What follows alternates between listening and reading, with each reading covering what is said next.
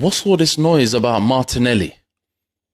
What's all this noise acting as if you ain't played football before or you ain't watched football before? Any person that has seen what Martinelli did, and this is me not condoning what Martinelli did. No way. Because at the end of the day, when it's a player that's down, irrespective of what the issue is, don't touch him. I'm always been about that kind of way of, looking at things when it comes to football. Just leave him. Even when you see sometimes a player who's gone down and then another player is trying to, help him up while the game is still playing, it's like, just keep it going. And I saw Gabriel do that in the Arsenal versus Liverpool game. But what's all this noise about Martinelli? Oh, it was disgraceful. It was this, it was that. People on Twitter, Gary Neville on commentary saying some remarks that was silly for him to even mention. People all over Twitter, opposing fans, making all this noise. I'm thinking to myself, a lot of the time, when these situations happen, you never know when someone is seriously injured.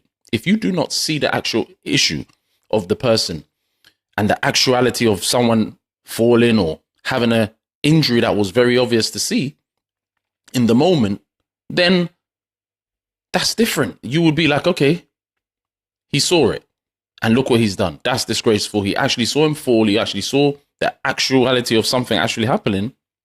And, he's made that decision to do that. But this is an injury, and this is the situation where he falls. Martinelli literally turns when the ball is going out to get the ball to try and move the game forward and try and, hurry up with the throw-in. Turns out that he got injured in the end. But in that moment, 94 minutes, heat of the moment, what happens generally in those moments? You want to get the ball and move the game on quickly. How many times in football, if you've played or watched it, seen people feign injury in those moments? Closing stages of the game is not something that is going too well in Arsenal's favour. Some of the players, I'm sure, obviously you want to win. Frustration. So you get the ball trying to move it on quickly. Then you see a player on the floor. Heat of the moment, 94 minutes. Right? He gets the ball, tries to get it going. As soon as he sees, and if you see the replays and check multiple replays, you will see Conor Bradley move slightly to get back more onto the pitch. As soon as he makes that move, that's when Martinelli tries to usher him out and push him out. Now, I don't condone what Martinelli did at all. Don't touch him. Irrespective of injury or feigning, don't touch him.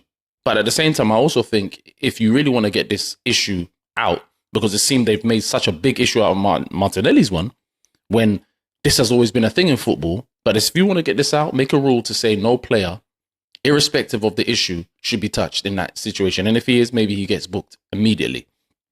If you attempt to referee the game, because in that instance, you're trying to now referee the game. If you attempt to do that, booking. If that rule is not going to be introduced, I don't want to hear all the noise that's been going on because it's a joke. Some of the noise that's been going on, as if some of the players who have been speaking about this, former players, were always making the right decisions in the right moments. Impossible. That wasn't the case. If you've watched football long enough, Premier League football particularly, you will notice and remember games where some of your favorite players who have now become pundits have done things where it's like, okay, you can't talk. It's easy to speak from the studio, or it's easy to speak when you're in a relaxed state, looking at something there and then, forgetting the moments when other players have done certain things of a similar sort. So the whole Martinelli thing, I just thought it's gone over the top. It's been put to bed.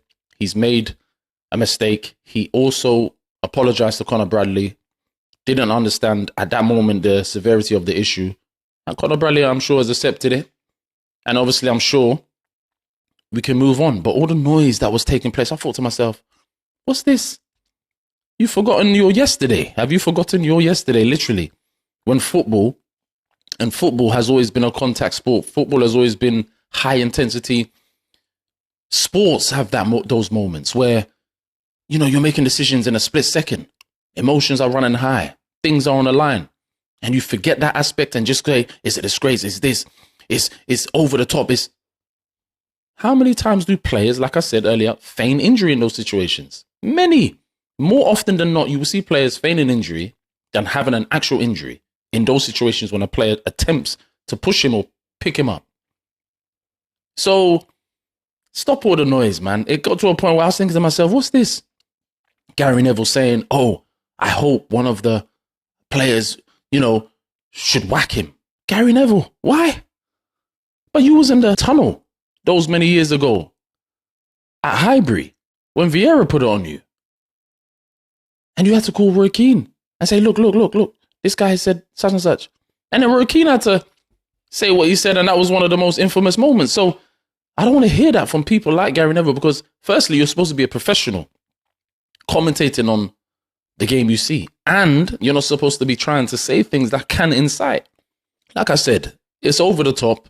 Martinelli shouldn't have touched him. But at the same time, in that heat of the moment, which has always happened in football, more often than not, players attempt to pick players up because they believe they're feigning injury.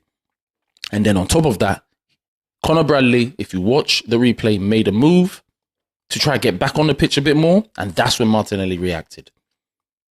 Again, no justification, but it's just explaining the situation as if it is actually a situation that has happened before. And if you want to make any kind of gripe about it, change the rules in the game. If not, stop this holier than thou assessment of it and stop all these pundits who know football, who've been in moments where it's heated, speak properly, speak realistically about a certain circumstantial situation.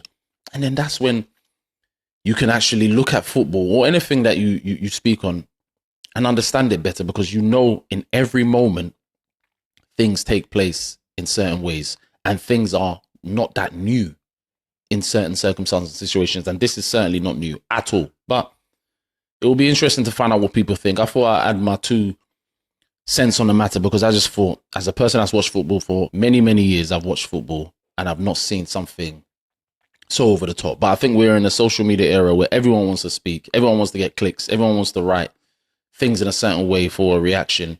Rival fans want to talk about other fans and say that these fans are insufferable, or, just back and forths. When someone is doing well, they're spoken about a bit more, and there's more clicks that need to take place on certain platforms. So I guess that's why certain things are focused on in a certain way. But for me, like I say, I know football. I watch football. I've played football. When you've played it, when you're a certain age, when you're young or whatever, these things happen. But again, do not condone it. Martinelli's apologized. Conor Bradley, I'm sure he will get better.